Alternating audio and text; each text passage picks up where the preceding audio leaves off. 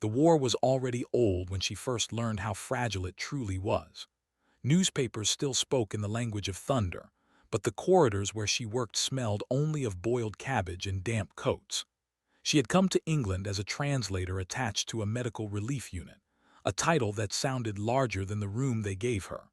A narrow office above a clinic where typewriters coughed like sick animals and windows rattled whenever trains passed toward the docks. Nothing about the place suggested that decisions capable of shaking empires would ever pause there. Yet history rarely chooses its stages with drama in mind. Her German came from childhood evenings at a kitchen table in Ohio, where her mother insisted that vowels be treated with respect and that every verb know its proper home. Those lessons returned to her now in unexpected forms. Soldiers spoke to her not as an enemy but as a witness, and men who had been trained to fear interrogation found themselves confessing to a woman whose face reminded them of sisters left behind. She discovered that language could be a door without a lock. If one listened long enough, people eventually walked through it on their own. The first reports she translated were ordinary. Inventories of bandages, complaints about missing boots, letters from mothers asking whether a son with a common name was still breathing. Only gradually did she notice how often certain towns reappeared in conversations that should have had nothing to do with one another. A railway clerk mentioned a night schedule altered without explanation. A wounded corporal described trucks moving toward the same district under blackout. A nurse recalled crates arriving with numbers that did not match any medical list. None of it sounded important in isolation. Together, the fragments formed a pattern like the faint outline of a coastline seen from far at sea. She learned to carry two notebooks. One contained the harmless notes expected of her position, written in a tidy hand for any superior who might ask. The other she kept in her head, where no inspector could demand to look. Memory became a private country whose borders she guarded carefully. In those early months she still believed she was only helping doctors understand their patients, yet each evening she felt the strange weight of knowing more than anyone had officially told her. The men who supervised intelligence for the Allies were not accustomed to trusting civilians, especially women whose resumes included neither uniforms nor medals. When she was first invited to share what she had noticed, the meeting took place in a borrowed church hall that smelled of candle wax. An officer asked whether she was certain about a timetable she had heard from a delirious sergeant. She replied that certainty was rare in war but that repetition was not, and the same hour had been spoken by too many unrelated mouths. The officer wrote something in a margin and asked her to return next week. That invitation changed the rhythm of her days. She continued her official duties, translating prescriptions, calming frightened refugees. But now she also attended quiet gatherings where maps lay on trestle tables and men argued without raising their voices. She was surprised by how little these experts truly knew about the ordinary machinery of the enemy they fought. They possessed aerial photographs and intercepted codes, yet the life between those images remained a mystery. She supplied that life in sentences stripped of emotion. Outside, London endured its familiar mixture of endurance and fatigue. Children played among ruins as if the broken walls were natural cliffs, and buses detoured around craters whose edges were already soft with grass. She walked through those streets wondering how many other unnoticed threads connected the suffering around her to decisions made far away in Berlin.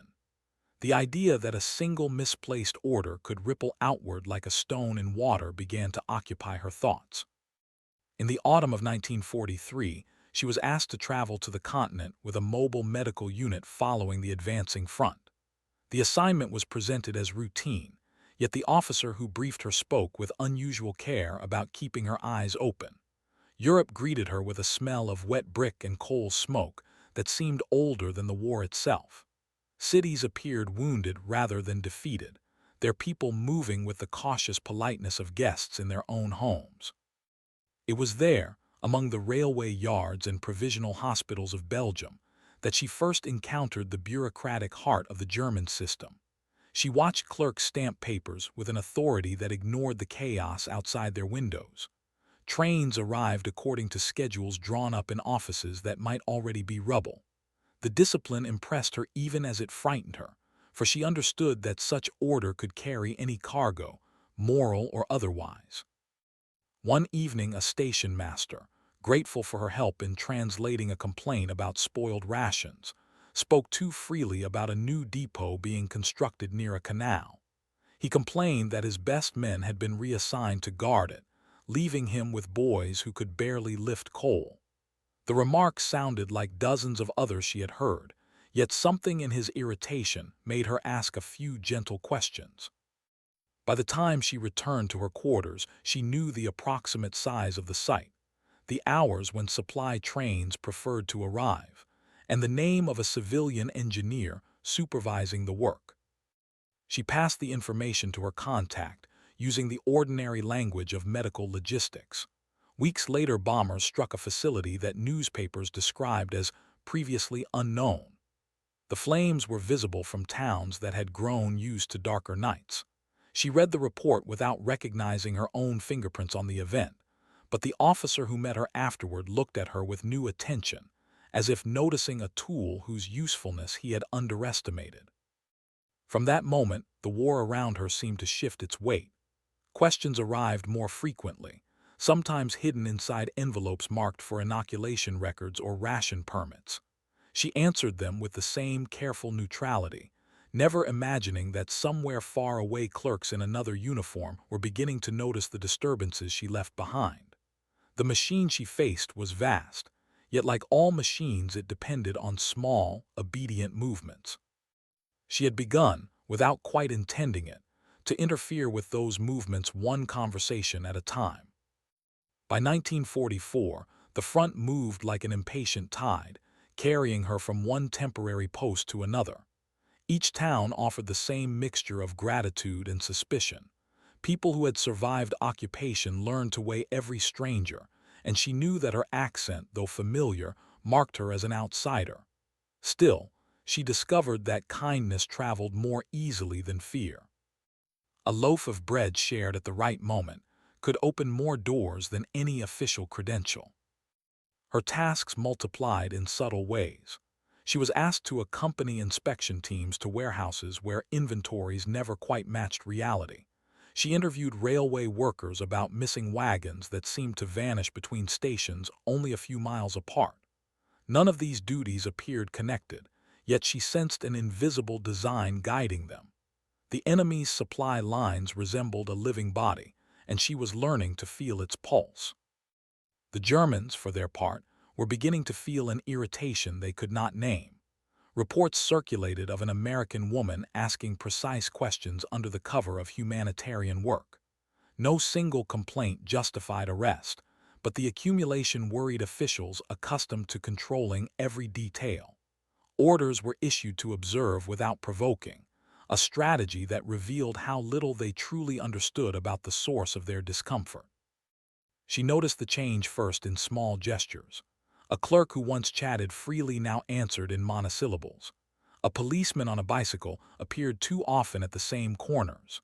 Fear entered her life not as a sudden storm but as a persistent drizzle, soaking through ordinary routines. Yet she continued, partly from loyalty to those who relied on her, partly because stopping would have felt like surrendering a secret map only she could read. In Brussels, she befriended a bookseller whose shop became a neutral harbor between rival worlds. Among atlases and travel guides, she met couriers of the resistance, British officers disguised as tourists, and occasionally German officials who pretended to browse while measuring the room with their eyes. The war passed through that doorway wearing many coats, and she learned to recognize footsteps before faces.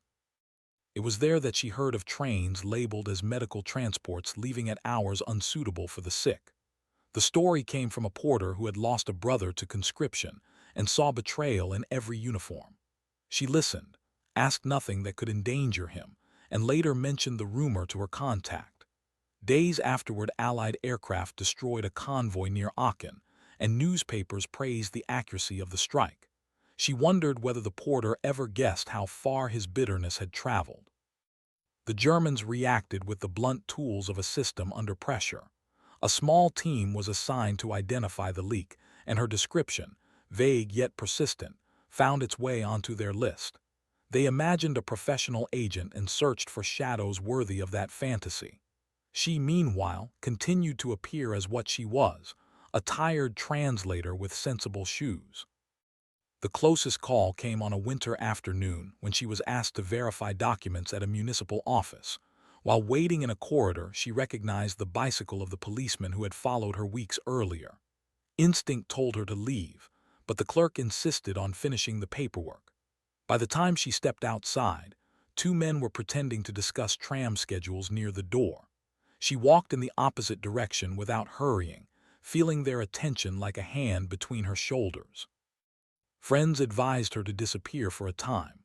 The suggestion sounded simple, yet vanishing in a landscape of checkpoints required help she was reluctant to request. Eventually, the British officer who had first trusted her arranged passage to another sector under the pretext of accompanying refugees. The escape lacked heroics: a truck at dawn, a blanket smelling of diesel, and a driver who never asked her name. Distance did not end her involvement. Messages reached her through channels that resembled gossip more than espionage. She analyzed them with the patience of someone mending delicate cloth, aware that one false stitch could tear the whole fabric. The enemy's structure, once opaque, now appeared as a series of habits: trains that preferred certain junctions, officers who reused code words out of laziness, depots built where old maps promised convenient water. As the Reich began to crumble, its leaders clung even more fiercely to procedure. Files were revised, orders rewritten, yet the underlying dependence on rail and fuel remained unchanged. She provided the Allies with a portrait of that dependence drawn from ordinary voices. Bombers and armies supplied the force. She supplied direction. In early 1945, she accompanied units crossing the Rhine, posing again as a relief worker. The landscape resembled a theater after the audience has fled, props overturned, curtains torn, silence heavy with expectation. Amid the ruins, she located a schoolhouse rumored to hide a laboratory. Children recited lessons upstairs while scientists below smashed equipment with hammers. Her report allowed troops to arrive before the evidence vanished entirely. When victory finally arrived, it felt less like triumph than exhaustion. She stood in a square where church bells rang uncertainly and wondered how many of the people around her had once wished her harm. The machine she had opposed was breaking apart, yet its fragments remained dangerous. She had learned that systems do not die politely.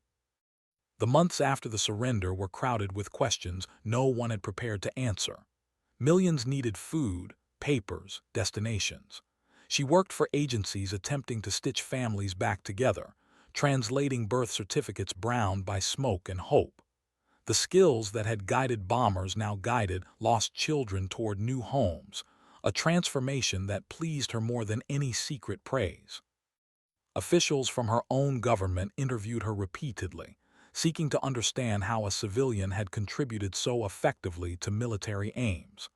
Their curiosity carried a faint note of suspicion, as if usefulness required explanation. She answered with the same simplicity she had always used. She had listened when others were busy talking. Among the documents recovered from German offices was a memorandum ordering that references to an American woman be removed whenever possible. The paper reached her hands through a major who treated it like a medal. She felt instead a chill at seeing her life reduced to a sentence written in careful ink. The enemy had considered her dangerous not because she wielded power, but because she revealed its weaknesses.